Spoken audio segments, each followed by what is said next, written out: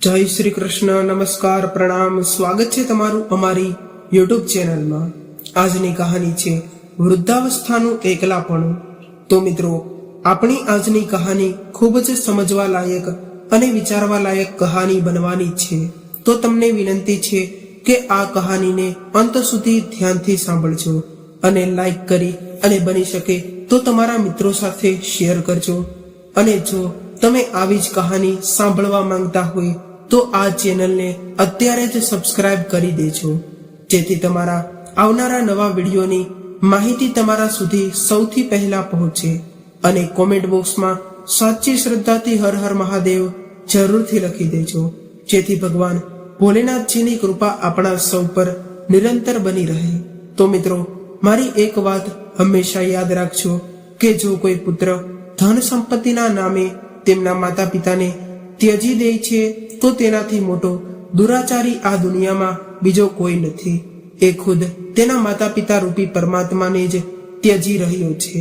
તો મિત્રો, તમારો વધુ સમય ન લેતા ચાલો કહાની શરૂ કરીએ। આજની કહાની રમીલાબેન એક સરકારી બેંકના મેનેજરના પદ પરથી 2 વર્ષ પહેલા જ રિટાયર થયા હતા અને તેઓ સુખ શાંતિથી પોતાના પતિ સાથે પોતાનું જીવન જીવી રહ્યા હતા। પરંતુ અસહ્ય બીમારીના કારણે તેમના પતિનું મરણ થયું અને પતિના મરણ બાદ રમીલાબેન અંદરથી સાવ તૂટી ગયા હતા। ત્યારબાદ દીકરા અને વહુના કહેવાથી તેઓ તેમની સાથે શહેરમાં રહેવા આવી ગયા। શહેરમાં રહીને તેમનું જીવન એકદમ બદલાઈ ગયું હતું। પતિનો સાથ તો પહેલા જ છૂટી ગયો હતો, પરંતુ સાથે સાથે એની 35 વર્ષની વસાયેલી ઘર ગૃહસ્થી પણ છૂટી ગઈ અને એ આડોશ પાડોશ પણ છૂટી ગયો હતો, જે દરેક સુખ દુઃખના સમયે પોતાની સાથે રહેતા હતા। એક દિવસ શહેરની ચોપાટીના બાંકડા પર ચૂપચાપ ઉદાસ ભાવથી બેસેલા રમીલાબેન વિચારોમાં ખોવાઈ ગયા હતા। સવારનો સમય હતો। અમુક લોકો વોકિંગ કરવા નીકળ્યા હતા, તો અમુક લોકો યોગા કરી રહ્યા હતા, તો અમુક વડીલ વૃદ્ધ લોકો શાંતિથી બેઠા હતા। પરંતુ રમીલાબેન પોતાની યાદોની દુનિયામાં ખોવાયેલા હતા। ત્યારે જ અચાનક કોઈનો અવાજ આવ્યો અને રમીલાબેન પોતાની યાદોની દુનિયામાંથી બહાર આવ્યા અને જોયું તો લગભગ 65 વર્ષની ઉંમરના એક વૃદ્ધ વ્યક્તિ એની બાજુના બાંકડા પર બેસીને આવી રહ્યા હતા અને રમીલાબેન સામે જોઈને તેઓ હસવા લાગ્યા। એટલે રમીલાબેન ન ચાહતા હોવા છતાં પણ એમની સામે જોઈને હસવા લાગ્યા। આ અજાણ્યા શહેરમાં પહેલીવાર કોઈએ એમની સાથે વાત કરી હતી। ત્યારે જ આ વૃદ્ધ વ્યક્તિ તેમને પોતાનો પરિચય આપવા લાગ્યા કે મારું નામ ગોવિંદભાઈ છે અને હું અહીંયા જ બાજુના બિલ્ડિંગમાં રહું છું। મને એવું લાગે છે કે તમે કંઈક પરેશાન છો। અમે આમ પણ પાછલી વાતોને ભૂલીને આગળ વધવું જોઈએ। આમ તો ચાલતી કા નામ જિંદગી હે। આવું કહીને આ વૃદ્ધ વ્યક્તિ ત્યાંથી ઊભા થઈને ચાલતા થયા। ત્યારે રમીલાબેન મનમાં બોલ્યા કે જેની જિંદગીમાં બિલકુલ દુઃખ જ ના હોય એને તો જિંદગી ખૂબ જ સુરત જ લાગે છે। જ્ઞાન તો બધા જ આપે છે, પરંતુ મારા ઉપર શું વીતી રહ્યું છે એ તો હું ખુદ જ જાણું છું। હવે તો રમીલાબેન રોજ આ ચોપાટીમાં આવવા લાગ્યા અને લગભગ રોજ ગોવિંદભાઈ તેમને મળતા અને તેમની સાથે નમસ્તે, રામ રામ, સીતારામ કરતા રહેતા। એક દિવસ ગોવિંદભાઈએ પૂછ્યું કે શું તમે કોઈ બીજા શહેરમાંથી અહીંયા આવ્યા છો? એટલે રમીલાબેને કહ્યું કે હા, હું પહેલા વડોદરામાં રહેતી હતી અને ત્યાં એક સરકારી બેંકમાં મેનેજર હતી, પણ રિટાયર થયા પછી હું ત્યાં એકલી રહેતી હતી। પછી મારા પતિ બીમારને કારણે મૃત્યુ પામ્યા।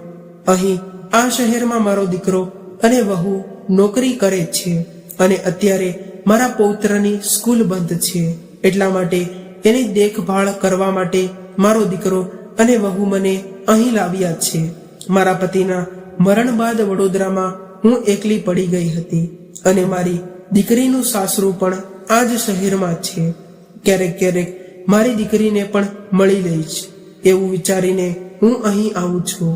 ત્યારે ગોવિંદભાઈએ કહ્યું કે તમારા આ શહેરમાં તમારું સ્વાગત છે. ચાલો તમને બીજા આપણી ઉંમરના લોકો સાથે મુલાકાત કરાવો. અહીં આ ચોપાટીમાં વડીલ વૃદ્ધ લોકોનું એક ગ્રુપ બન્યું છે અને અમે બધા લોકો સાથે બેસીને એકબીજાના સુખ દુઃખની વાતો કરીએ છીએ, ભગવાનનું નામ લઈએ છીએ અને ભજન કીર્તન કરીએ છીએ. આ વૃદ્ધ વ્યક્તિની આવી વાતો સાંભળીને રમીલાબેન ખૂબ ખુશ થયા અને એમણે આ ગ્રુપમાં સામેલ થવાની ઈચ્છા વ્યક્ત કરી. એટલે ગોવિંદભાઈએ વડીલોના ગ્રુપના અન્ય વ્યક્તિઓ સાથે તેમની મુલાકાત કરાવી. આ વૃદ્ધ લોકોના ગ્રુપમાં ઘણા બધા લોકો પોતાના જીવનની સાથીની ગુમાવી ચૂક્યા હતા, એટલા પડી ગયા હતા. પરંતુ રમીલાબેન એ જોઈને હેરાન રહી ગયા કે બધા જ વડીલો જિંદાદિલ અને ગર્વથી પોતાનું જીવન જીવી રહ્યા હતા. હવે આ લોકો સાથે મુલાકાત કરીને રમીલાબેનની તમામ ઉદાસીના દૂર થઈ ગઈ અને રોજ રોજ સવાર સાંજ આ વૃદ્ધ લોકોના ગ્રુપ સાથે મળીને તે વાતો કરીને પોતાનો સમય વિતાવવા લાગ્યા.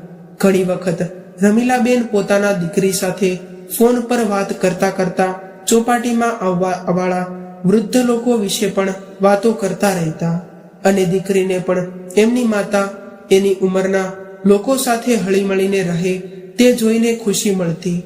એક દિવસ રમીલાબેને જોયું કે ચોપાટીમાં આવવાવાળા દરેક વડીલ એનાથી મોટા હતા, પરંતુ બધા જ લોકો તંદુરસ્ત હતા અને તેઓ ખુદને અપ ટુ ડેટ કરતા હતા.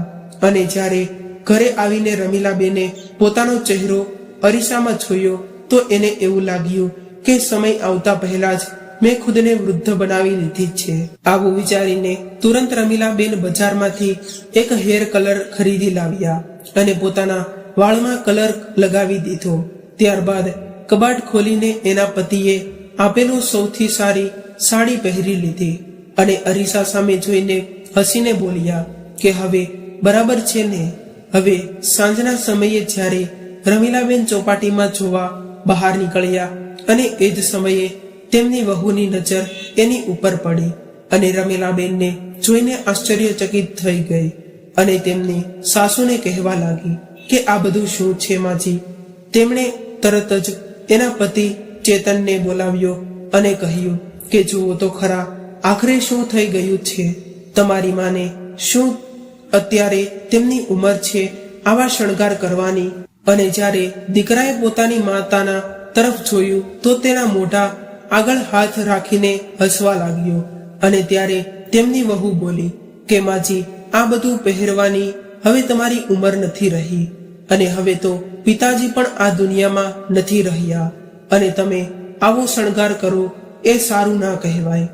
એમના દીકરા અને વહુનો આવો વ્યવહાર જોઈને રમીલાબેનનું દિલ તૂટી ગયું અને તેઓ ચૂપચાપ પોતાના રૂમમાં જઈને બેસી ગયા અને હવે તેમને ચોપાટીમાં જવાનું પણ મન જ નહોતું થઈ રહ્યું. અને તેઓ વિચારવા લાગ્યા કે કદાચ હું આજે સારી રીતે તૈયાર થઈ હતી તો તેનો શું ગુનો કરી દીધો હતો. મેં આજ સુધી મારા દીકરાની વહુને કોઈ પણ વાત પર રોકી નથી. તે તેની મરજી હોય તે કપડાં પહેરે છે, મરજીથી ખાય છે અને એની મરજીથી જ બહાર આવતી જતી હોય છે. ત્યારે હું તો હંમેશા એવું વિચારતી હતી કે હવે સમય બદલી ગયો છે અને મોટા શહેરના લોકો મોડર્ન હોય છે અને આજે મેં થોડું ઘણું મારા માટે વિચાર્યું તો મારી વહુએ મારી આવી મજાક બનાવી દીધી. આવું વિચારીને રમીલાબેનની આંખોમાં આંસુ આવી લાગ્યા. ત્યારે જ રમીલાબેનના ફોનમાં એક ગ્રુપના અન્ય સભ્યનો ફોન આવવા લાગ્યા. એટલે રમીલાબેન તરત જ ઊભા થઈ ગયા અને ખુદને કહેવા લાગ્યા કે નહીં, હું મારી જિંદગી મારી રીતે જ જીવીશ. આવું વિચારીને રમીલાબેન ચોપાટીમાં જવા માટે નીકળી ગયા. હવે રમીલાબેન ખુદ માટે જીવન જીવી રહ્યા હતા અને રેખા પેન્શનના પૈસા પર તેમને સારા એવા મળતા હતા અને એ પૈસા આજ દિવસ સુધી રમીલાબેન એના દીકરા અને વહુને આપતા રહ્યા હતા. પરંતુ આ મહિનાના પેન્શનના પૈસા રમીલાબેને દીકરાને ન આપ્યા અને ખુદ માટે વાપર્યા હતા. ચોપાટીમાં રમીલાબેનની ઘણી બધી સહેલીઓ પણ બની ગઈ હતી. રમીલાબેનની તેમની સાથે માર્કેટમાં જઈને પોતાના માટે પોતાના પસંદની કપડાં વસ્તુઓ ખરીદી લીધી હતી. આ બધું જોઈને તેમની પુત્રવધૂને આ બધી વાતો ખટકી રહી હતી અને વહુ પોતાના પતિના કાન ભરવા લાગી અને કહેવા લાગી કે તમે માજીને આ બધું કરતા કેમ રોકતા નથી? તેઓ કેટલો બધો ફાલતુ ખર્ચો કરવા લાગ્યા છે અને હવે તો તેમના પેન્શનના પૈસા પણ આપણને નથી આપતા અને તેઓ આપણા ઘરે આવ્યા ત્યારથી આપણો ખર્ચો પણ વધી ગયો છે.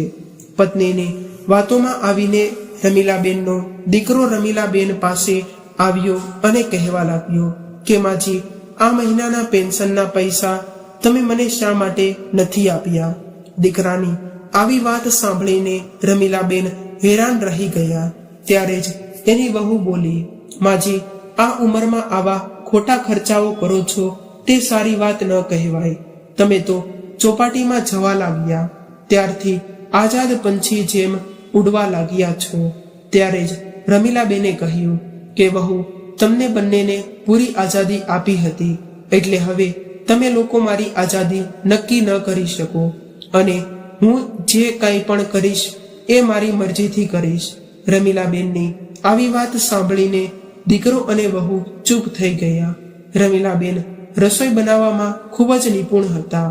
એક દિવસ રમીલાબેને પોતાના ઘરે ગાજરનો હલવો બનાવ્યો હતો.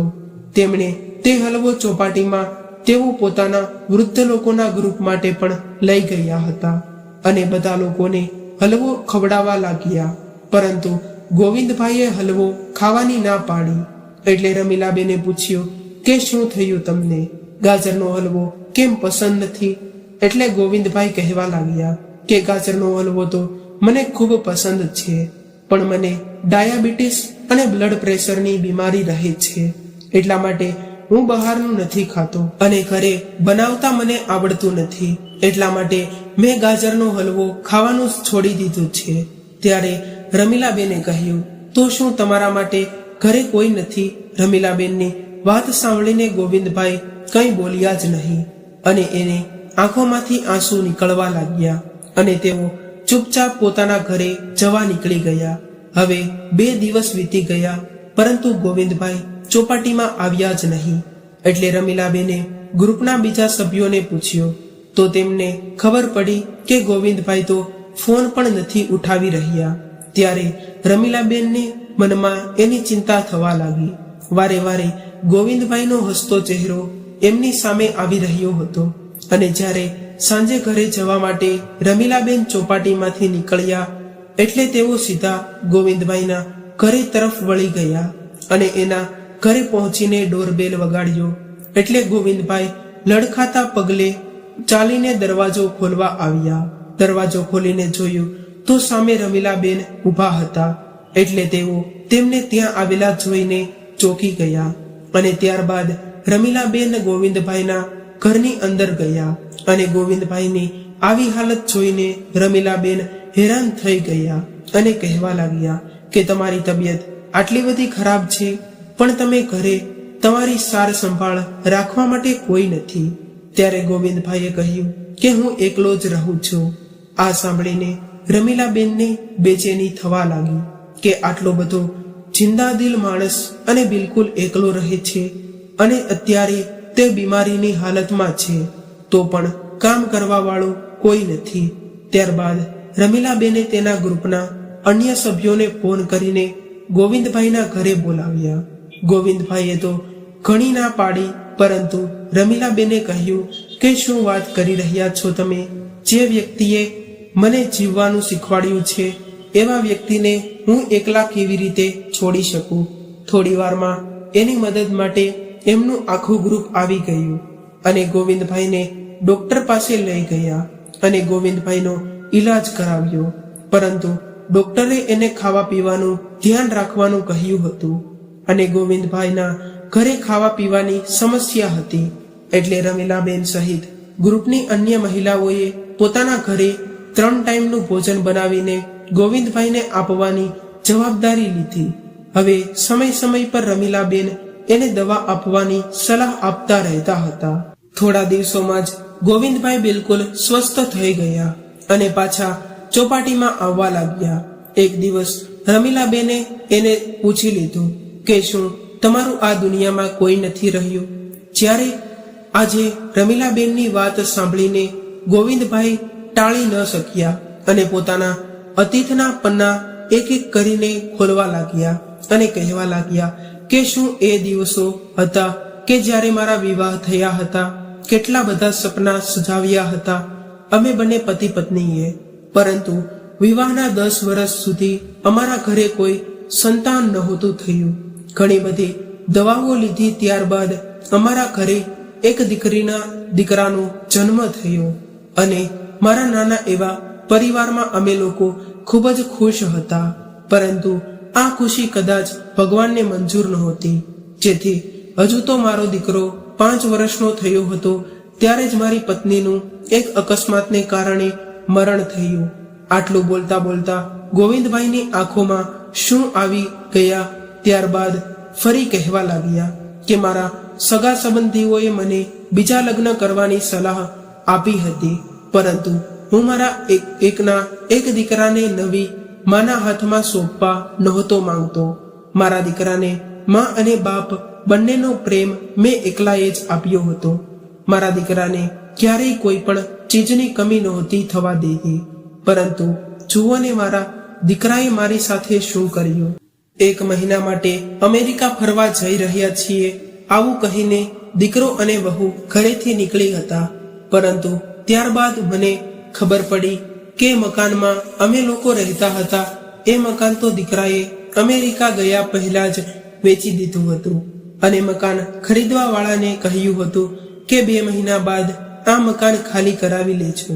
ત્યારબાદ દીકરો ક્યારેય પાછો ના આવ્યો. આટલું કહીને ગોવિંદભાઈ જોર જોરથી રડવા લાગ્યા. થોડી વાર બાદ શાંત થઈને ફરી કહેવા લાગ્યા કે એ તો ભગવાનની દયાથી મારા રિટાયરમેન્ટના પૈસા મેં એફડીના રાખ્યા હતા એટલે હું બચી ગયો, નહીંતર તો હું આજે રોડ પર આવી ગયો હોત. ત્યારબાદ મેં તે પૈસાથી આ 2 રૂમ વાળું મકાન ખરીદ્યું અને અહીં રહેવા લાગ્યો. આમ તો કહેતા કહેતા ગોવિંદભાઈ એક ધારા રડી રહ્યા હતા ત્યારે રમીલાબેન એને આશ્વાસન આપ્યું અને કહ્યું કે અરે તમે તો મને કહેતા હતા કે દરેક સમયે હસતું રહેવું જોઈએ અને તમે જ એ વાત ભૂલી ગયા છો. હવે આ બંનેને એકબીજામાં એક મિત્રતા દેખાઈ રહ્યા હતા કે જે એકબીજાનું સુખ દુઃખ વહેંચી શકે.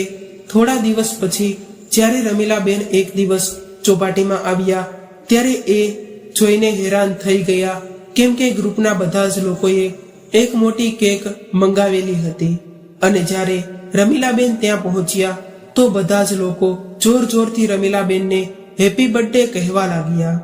આ બધા જ વૃદ્ધ મિત્રોનો આટલો બધો પ્રેમ જોઈને રમીલાબેનની આંખોમાં ખુશીના આંસુ આવી ગયા. રમીલાબેનને ખુદને પણ યાદ નહોતું કે આજે એનો જન્મદિવસ છે. બધા જ વૃદ્ધ લોકોએ મળીને રમીલાબેનને ઉપહારમાં આપવા માટે એક સાડી ખરીદી હતી. ત્યારે રમીલાબેને બધા જ મિત્રોને પૂછ્યું કે તમને લોકોને કેવી રીતે ખબર પડી કે આજે મારો જન્મદિવસ છે? એટલે ગોવિંદભાઈ કહેવા લાગ્યા કે આજના આધુનિક સમયમાં સોશિયલ મીડિયાથી ખબર પડી જાય છે કે કોનો જન્મદિવસ ક્યારે છે. હવે જન્મદિવસ ઉજવીને રમીલાબેન ઉપહારમાં મળેલી સાડીને લઈને પોતાના ઘરે આવીને તેમણે તે સાડી ડાઇનિંગ ટેબલ પર મૂકી દીધી અને તે તેમના રૂમમાં ગયા. ત્યારે જ તેમની વહુની નજર આ સાડી પર પડી એટલે તે કહેવા લાગી, અરે ચેતન, આટલી સરસ સાડી તમે મારા માટે લાવ્યા છો, થેન્ક યુ ચેતન. ત્યારે જ ચેતન ચોંકી ગયો, પરંતુ એ બોલ્યો નહીં કે આ સાડી હું નથી લાવ્યો. જ્યારે રમીલાબેન ફ્રેશ થઈને આવ્યા ત્યારે કહેવા લાગ્યા કે આ સાડી મારી છે. એટલે વહુએ સાડી તો ખૂબ જ સરસ છે.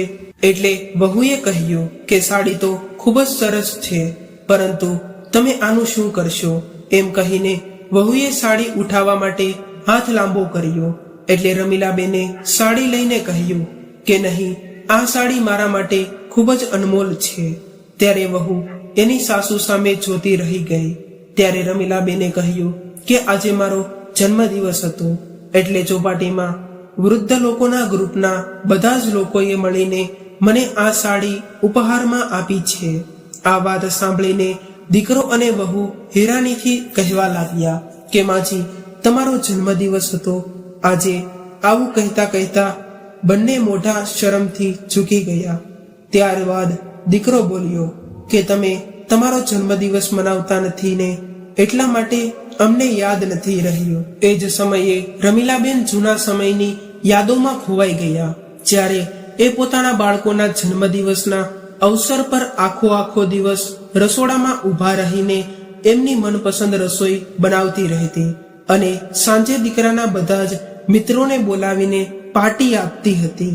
પરંતુ ફરી વિચારવા લાગ્યા કે સમયની વાત છે, જ્યારે દીકરો અને વહુ એની જિંદગીમાં મસ્ત છે તો ઘરના વડીલોએ પણ પોતાના માટે જીવવું જોઈએ. પરંતુ રમીલાબેનની વહુને સાસુમાનું આ પરિવર્તન પસંદ નહોતું આવી રહ્યું. એક દિવસ જ્યારે રમીલાબેન ચોપાટીમાં ગયા તો પોતાનો મોબાઈલ સાથે લઈ જવાનું ભૂલી ગયા. એ દિવસે વહુ અને દીકરો જલ્દી આવી ગયા હતા અને વહુની નજર સાસુમાના મોબાઈલ પર પડી એટલે મોબાઈલ ઉઠાવીને ચેક કરવા લાગી.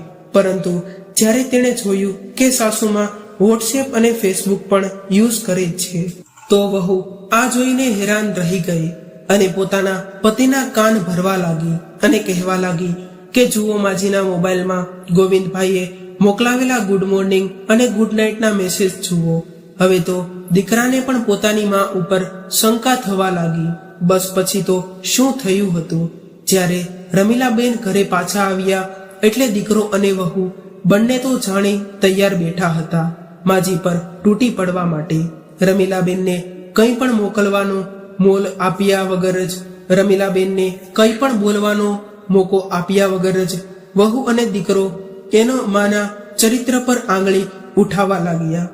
આ સાંભળીને રમીલાબેન હેરાન રહી ગયા. થોડી વાર બાદ પુત્રને ખુદને સાંભળીને રમીલાબેન કહેવા લાગ્યા કે વહુ, 2 દિવસ પહેલા જ તારી ઓફિસના દોસ્તો માટે તે ઘરે પાર્ટી રાખી હતી અને મેં એ પાર્ટીમાં તારી ઓફિસના બધા જ દોસ્તો આવ્યા હતા. એમાંથી ઘણા બધા પુરુષો પણ હતા અને મહિલાઓ પણ હતી, પરંતુ મેં તો તારા ચરિત્ર પર ક્યારેય આંગળી નથી ઉઠાવી. તો પછી તું મારા વિશે આવું કેવી રીતે બોલી શકે? રમીલાબેનના મોઢેથી આવો જવાબ સાંભળીને એની વહુને બોલવા માટે કોઈ શબ્દ નહોતા મળી રહ્યા એટલે તરત જ ત્યાંથી ઊભી થઈને પોતાના રૂમમાં જતી રહી. બીજા દિવસે દીકરો અને વહુ ઓફિસે ગયા ત્યારે રમીલાબેન એના પૌત્ર માટે જમવાનું બનાવવા માટે રસોડામાં ગયા તો નીચે પાણી ઢોળાયેલું હોવાને લીધે તેનો પગ લપસી ગયો અને તેઓ પડી ગયા. પડી જવાને લીધે એના હાથમાં ગંભીર ઈજા થઈ હતી અને કમરમાં પણ ખૂબ જ દુખાવા થવા લાગ્યું હતું. દાદીને પડી ગયેલા જોઈને તેના પૌત્રએ તરત જ તેના પપ્પાને ફોન કરીને બધી વાત જણાવી અને તેને જલ્દીથી ઘરે આવવા માટે કહ્યું. ત્યારબાદ દવાખાને ગયા એટલે ડોક્ટરે ચેક કરીને કહ્યું કે માજીના હાથમાં ફ્રેક્ચર થયું છે. ત્યારે તેના હાથમાં પ્લાસ્ટર લગાવાયું અને દવા આપી અને સાંજ સુધીમાં ઘરે મોકલી દીધા. પરંતુ હવે રમીલાબેનનું ચોપાટીમાં જવાનું બંધ થઈ ગયું અને ગોવિંદભાઈ અને ફોન પર મેસેજના હતા તો રમીલાબેન એને કોઈ પણ વાતનો જવાબ નહોતા આપતા અને ચૂપચાપ સૂતા રહેતા. હવે તો કામવાળી બાઈ રોજ જમવાનું બનાવીને આપી જતી અને દીકરો અને વહુ રોજ પોતાના કામ પર જતા રહેતા. દીકરાએ અને વહુએ બંનેમાંથી કોઈએ પણ એક દિવસની રજા લેવાનું પણ જરૂર ન સમજ્યું. રમીલાબેનને ઉઠવા બેસવામાં પણ તકલીફ થઈ રહી હતી, પરંતુ કોઈને ક્યાં ફરક પડવાનો હતો. એક દિવસ ગ્રુપના બધા જ વૃદ્ધ લોકો રમીલાબેનના ઘરે આવ્યા. કોઈના હાથમાં ફૂલ હતા તો કોઈના હાથમાં શુભેચ્છાના કાર્ડ હતા. કોઈ સમોસા લાવ્યું હતું તો કોઈ જલેબી લાવ્યું હતું. આ જોઈને પથારી પર પડેલા રમીલાબેનને એવું લાગ્યું કે કોઈ પોતાનું મળી ગયું છે. રમીલાબેનના ચહેરા પર પાછી મુસ્કુરાહટ આવી ગઈ હતી. હસી મજાક કરતા કરતા બધા જ વૃદ્ધ વડીલોએ વ્યંજનો ખાવાનો આનંદ લીધો. હવે તો 1 કલાક વીતી ગઈ હતી અને રમીલાબેનને ચિંતા પણ થવા લાગી કે હવે મારા દીકરા અને વહુના આવવાનો સમય થઈ ગયો છે. એટલે મનમાં ને મનમાં એને ડર લાગ્યો હતો કે વહુ આ બધું જોઈને શું કહેશે. એ જ સમયે દરવાજાનો બેલ વાગ્યો અને દીકરો અને વહુ અંદર આવી ગયા અને અંદરનું દ્રશ્ય જોઈને હેરાન રહી ગયા. હવે બધા જ લોકોના ગયા બાદ એની વહુ કહેવા લાગી કે આ મારું ઘર છે, કોઈ ધર્મશાળા નથી કે જેને જુએ એ મોઢું ઉઠાવીને આવતા રહે છે. અને માજી, તમને અમારી સામે કોઈ ખૂબ જ દુખાવો થાય છે એવું નાટક કરો છો અને અમારી પીઠ પાછળ તમારા દોસ્તોને બોલાવીને ઘરમાં પાર્ટી કરો છો. અને કંઈ તો શરમ કરો. તમારી આવી હરકતોને તમારા બાળક પર કેવી અસર પડશે. વહુની આવી વાત સાંભળીને રમીલાબેન ચૂપચાપ સૂઈ ગયા. સાંજે આજે એને પોતાના પતિની યાદ આવી રહી હતી અને વિચારી રહ્યા હતા કે મારા પતિના જીવતા હોત તો પોતાની તાકાત નથી કે કોઈની મારી ઉપર આંગળી પણ ઉઠાવી શકે, પરંતુ આજે હું અપમાનના કડવા કૂટવા પીવા મજબૂર થઈ છું. ધીરે ધીરે સમય વીતવા લાગ્યો અને લગભગ 1.5 મહિના બાદ રમીલાબેનનું પ્લાસ્ટર ઉતરી લીધું. હવે રમીલાબેન ફરીથી ચોપાટીમાં જવા લાગ્યા. ધીરે ધીરે એની મુસ્કુરાહટ પાછી આવવા લાગી, પરંતુ વહુના કડવા શબ્દો બંધ થવાનું નામ નહોતા લઈ રહ્યા. અને દીકરો આ બધું જાણતો હોવા છતાં પણ અજાણ બની રહ્યો હતો. પરેશાન થઈને એક દિવસ રમીલાબેને નક્કી કરી લીધું કે બસ હવે વધારે નથી સહન કરવું. હું મારે મોટા ભાગનું જીવન તો જીવવાની છું અને કોણ જાણે હવે ક્યારે મારા જીવનનો અંત આવી જાય.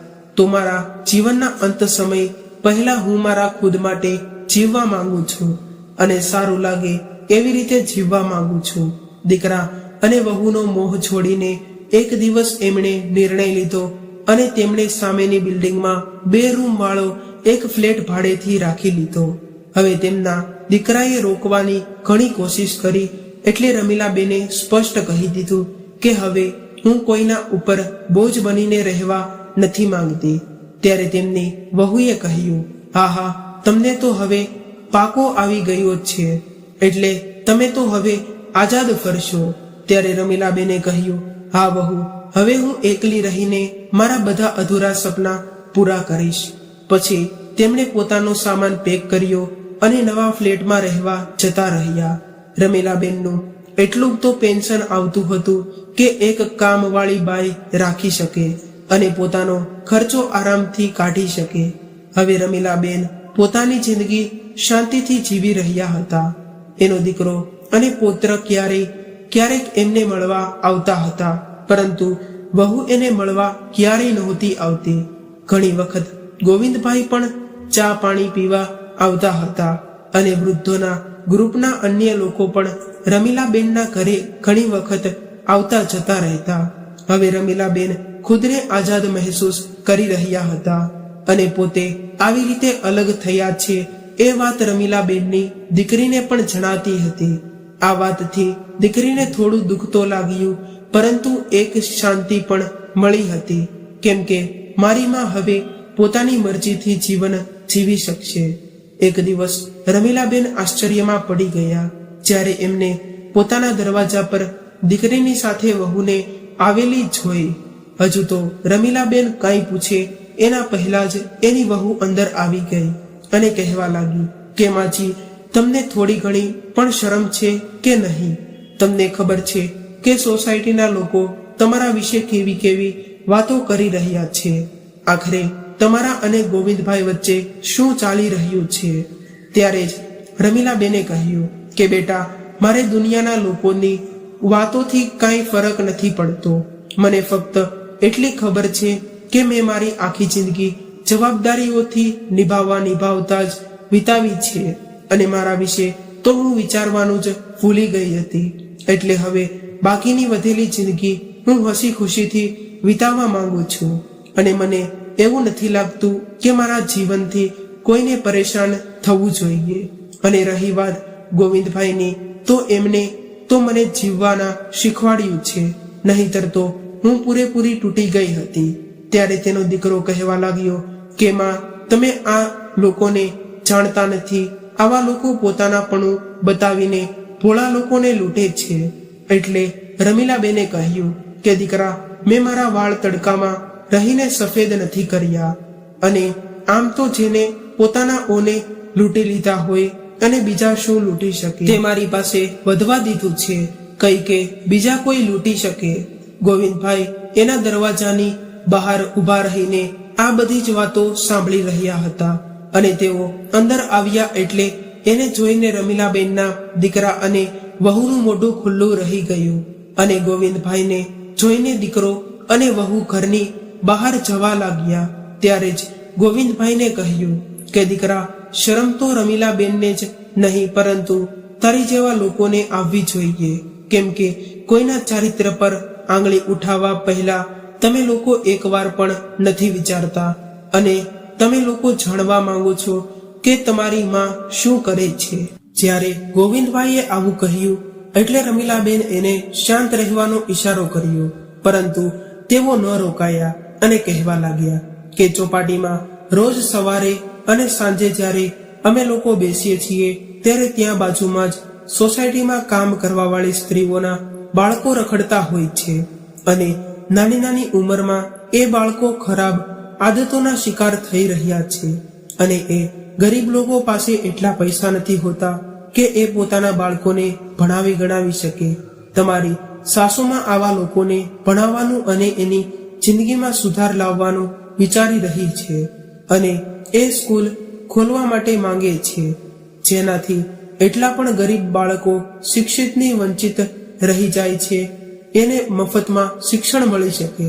તમારી માં ગરીબોની મદદ કરીને પોતાની વૃદ્ધાવસ્થાને સાર્થક કરવા માંગે છે. અને હંમેશા અમે લોકો બેસીને આ વિષય પર યોજના બનાવતા રહીએ છીએ. અને અમારી એક સંસ્થા સાથે પણ વાત ચાલી રહી છે. એ સંસ્થા અમારા આ કામમાં મદદ કરશે. અને તમારી માતાનું વર્ષો પહેલાનું સપનું હવે સહકાર થવા જઈ રહ્યું છે. પરંતુ આજે તમારી માં વિશે તમારા આવા વિચાર જાણીને મને મહેસૂસ થઈ રહ્યું છે કે સારું થયું કે મારો દીકરો અને મને વહેલા જ છોડીને જતો રહ્યો. હેરાન કરવા વાળી વાત તો એ છે કે એક મા માટે દીકરો અને વહુ આવું કઈ રીતે કરી વિચારી શકે. શું તમે લોકો તમારી ઓફિસમાં કોઈની સાથે હસતા બોલતા નથી? જ્યારે તમારી માએ તમારા ઉપર કોઈ અંકુશ નથી લગાવ્યું તો તમે કેવી રીતે એના પર અંકુશ લગાવી શકો? હવે રમીલાબેનના દીકરા અને વહુ પાસે આ વાતનો કોઈ જવાબ નહોતો એટલે તેઓ ચૂપચાપ ત્યાંથી જતા રહ્યા. આજે ગોવિંદભાઈ ગુસ્સામાં હતા એટલે રમીલાબેન કહેવા લાગ્યા કે છોડો આ બધી વાતોને, હું ચા બનાવું છું, આપણે ચા પી લઈએ અને તમે તમારો ગુસ્સો શાંત કરો. રમીલાબેનની આ વાતો સાંભળીને ગોવિંદભાઈ હસવા લાગ્યા અને કહ્યું કે આપણી મહેનત રંગ લાવી છે અને તેને સંસ્થા તરફથી સ્કૂલ શરૂ કરવા માટે બાજુમાં જ એક મકાન મળી ગયું છે. રમીલાબેન આ સાંભળીને ખૂબ ખુશ થઈ ગયા. થોડા દિવસમાં જ આ મકાનમાં એક સ્કૂલ શરૂ કરાવી દીધી. હવે બધા જ ભણેલા ગણેલા વૃદ્ધ વડીલો બાળકોને ભણાવવાનું કામ કરવા લાગ્યા. બધા જ લોકોએ દિલ ખોલીને મદદ કરી. શરૂઆતમાં તો સ્કૂલમાં ફક્ત 20 બાળકો આવતા હતા, પરંતુ ધીમે ધીમે કરીને સંસ્થા વધતી ગઈ. જોતજોતામાં આ સ્કૂલ શહેરમાં ચર્ચાઓનો વિષય બની ગઈ. રમીલાબેન અને એમની સાથે કામ કરવાવાળા અન્ય વડીલોએ પણ જીવન જીવવાનો એક લક્ષ્ય મળી ગયો હતો. એક દિવસ રમીલાબેનની દીકરી તેમની પાસે થોડા દિવસ માટે રોકાવા આવી ગઈ અને જ્યારે તે ભાઈ ભાભીને મળવા માટે ગઈ તો ભાઈ અને ભાભીએ તેમને ગોવિંદભાઈ વિશે જણાવ્યું અને તે પણ કહ્યું કે તું માને સમજાવજે. પરંતુ રમીલાબેનની દીકરીને એની માની અંદર કોઈ પણ ખરાબ નજર નહોતી. આવું ઉલટા તો એમને જોયું કે માના ચહેરા પર ફરીથી મુસ્કુરાહટ આવી ગઈ છે. પોતાની વૃદ્ધાવસ્થામાં એ ખૂબ જ ખુશીથી જીવન જીવી રહી છે. આ બધા જ વડીલ વૃદ્ધ મિત્રોની મિત્રતા નિસ્વાર્થ હતી અને આ દુનિયાની સમજની બહાર હતી. એટલા બેઠા આવું બધું વિચારતા વિચારતા રમીલાબેનની દીકરીની નજર આજુબાજુમાં રાખેલા અખબાર ઉપર ગઈ અને એમાં છાપેલી એક ખબર વાંચતા લાગી. અખબારમાં લખ્યું હતું કે વૃદ્ધાવસ્થામાં જ્યારે બાળકો જ સાથ છોડી દે છે ત્યારે એકલી માં અને એકલા પિતા ક્યાં જશે? એટલે 65 વર્ષના વૃદ્ધ વડીલે 63 વર્ષની વૃદ્ધ મહિલા સાથે વિવાહ કર્યા અને પોતાની ગૃહસ્થી ફરીથી વસાવી અને બંને ખૂબ ખુશ છે. આવી ખબર વાંચીને રમીલાબેનની દીકરીના મનમાં એક વિચાર આવ્યો. જ્યારે રમીલાબેન ઘરે આવ્યા તો દીકરીએ પોતાને માને ગોવિંદભાઈ સાથે વિવાહ કરવાનો પ્રસ્તાવ રાખ્યો અને કહ્યું કે તમારા બંનેની દોસ્તીને આ દુનિયા નથી સમજતી, તો આપણે આ દોસ્તીને એક નામ આપી દઈએ. અને ત્યારબાદ દીકરી રમીલા બેન અને ગોવિંદભાઈ સામે જઈને કહેવા લાગી કે શું તમે બંને જીવનસાથી બનવાનું પસંદ કરશો? ત્યારે રમીલાબેન કહેવા લાગ્યા કે શું બોલી રહી છે તું? આ ઉંમરમાં અમારા વિવાહ કરાવીને તું શું તમારા જીવન પર દાગ લગાવવા માંગે છે? આ દુનિયા શું કહેશે? મા દીકરીની વાતો સાંભળીને ગોવિંદભાઈ થોડીવાર માટે ચૂપ રહ્યા. એના મગજમાં ઘણા બધા સવાલો આવી રહ્યા હતા. રમીલાબેનના ગુસ્સાને જોઈને ગોવિંદભાઈ કંઈ ન બોલ્યા અને પોતાના ઘરે જતા રહ્યા. થોડીવાર બાદ રમીલાબેનની દીકરીએ એને સમજાવ્યા કે માં, જીવનની રાહમાં કદાચ કોઈ સારો સાથી મળી રહ્યો હોય તો એકબીજાને સહારો આપવામાં કોઈ નુકસાન નથી હોતું. એટલે રમીલાબેન વિચારવા લાગ્યા. પોતાના પતિની તસવીર સામે બેસી ગયા અને એનું મન બેચેન થઈ રહ્યું હતું અને વિચારવા લાગ્યા કે હું મારા પતિ સાથે દગો નહીં કરું શકું. પરંતુ ફરી વિચારવા લાગ્યા કે મારા પતિએ પણ એવું જ ચાહતા હતા કે મારા ચહેરા પર હંમેશા મુસ્કુરાહટ બનેલી રહે. મારી આંખોમાં આંસુ જોઈને એ તો બેચેન થઈ જતા હતા. તો પછી દોસ્તીને એક સંબંધનું નામ આપી દઈએ તો શું દુનિયાનું મોટું બંધ થઈ જશે? આ બાજુ ગોવિંદભાઈને પણ આ સંબંધથી કોઈ પરેશાની નહોતી. એને ફક્ત એ વાતની ચિંતા હતી કે સમાજ અમારા બંને પર આંગળી ન ઉઠાવે. અને જ્યારે રમીલાબેનને ના દીકરા અને વહુ પાસે આ પહોંચી ત્યારે એટલે એ બંને ભડકી ગયા. આ બંને તો આ સંબંધનો હંમેશા વિરોધ કરતા હતા. સોસાયટીમાં દરેક વ્યક્તિ એના વિશે વાતો કરી રહ્યા હતા. કોઈ એની હિંમતની પ્રશંસા કરી રહ્યો હતો તો કોઈ એને મજાક ઉડાડી રહ્યા હતા. 2 દિવસ વીતી ગયા એટલે અચાનક મીડિયાના લોકો રમીલાબેનની સ્કૂલ સામે પહોંચી ગયા અને રમીલાબેનને આ સંબંધ વિશે સવાલ કરવા લાગ્યા. પરંતુ રમીલાબેન હેરાન હતા કે મીડિયા સુધી આ વાત કેવી રીતે પહોંચી. અને આ બાજુ રમીલાબેનની વહુ પાછળ ઊભી હસી રહી હતી અને સાસુ વિશે વિચારી રહી હતી કે આવી હતી મોટી હિંમત બનાવવા આવ્યા હતા, હવે આની આખી દુનિયાને જવાબ શું આપશે? ત્યારે એને ખબર પડશે કે ચારે બાજુ જાણે હંગામો થઈ રહ્યો હોય એવો માહોલ બન્યો હતો. પરંતુ રમીલાબેને મીડિયાવાળાને એ પૂછ્યું કે શું એ વાત સાચી છે? પરંતુ રમીલાબેને વિચારી લીધું હતું કે આજે હું ચૂપ નહીં રહું. જ્યારે મીડિયાવાળાઓએ પૂછ્યું કે શું એ વાત સાચી છે કે તમે આ ઉંમરમાં પણ લગ્ન કરી રહ્યા છો અને શું તમારી સ્કૂલના બાળકોને પણ તમે આવી શિક્ષા આપવાના છો? ત્યારે રમીલાબેને ખુદને મજબૂત બનાવીને એક ઊંડો શ્વાસ લીધો અને કહેવા લાગ્યા કે હા, આ વાત બિલકુલ સાચી છે કે અમે બંને વિવાહ કરવાના છીએ. પરંતુ આ વિવાહ કરવા માટે અમને મજબૂર કરવા વાળું કોણ છે? આ સમાજ અમારો વિવાહ કરવાનો ઈરાદો ફક્ત અમારું એકલાપણું દૂર કરવાનો છે. અને જે એકલાપણું આજની નવી યુવા પેઢીએ અમને આપ્યું છે અને આ બધા જ લોકો સાથે હસતા બોલતા રહેવાનું અમને પણ સારું લાગે છે. અને કદાચ અમે બંને એકબીજાની સાથે હશું તો એ વાત સમાજને પસંદ નથી. ત્યારે જ ગોવિંદભાઈ આવ્યા અને રમીલાબેનનો હાથ પકડીને કહેવા લાગ્યા કે વિવાહ કરવાનો નિર્ણય અમે એટલા માટે લીધો છે કે સમાજની સામે અમારા સંબંધ પર એક મહોર લાગી જાય અને ત્યારબાદ સમાજને અમારો હસવાનું અને બોલવાનું ખટકે નહીં. અને હજુ પણ કદાચ કોઈના મનમાં કોઈ સવાલ હોય તો પૂછી લ્યો. ત્યારે લોકોમાંથી તાળીઓનો અવાજ આવવા લાગ્યો અને આ તાળીઓનો રમીલાબેન અને ગોવિંદભાઈના વૃદ્ધ વડીલ મિત્રો વગાડી રહ્યા હતા.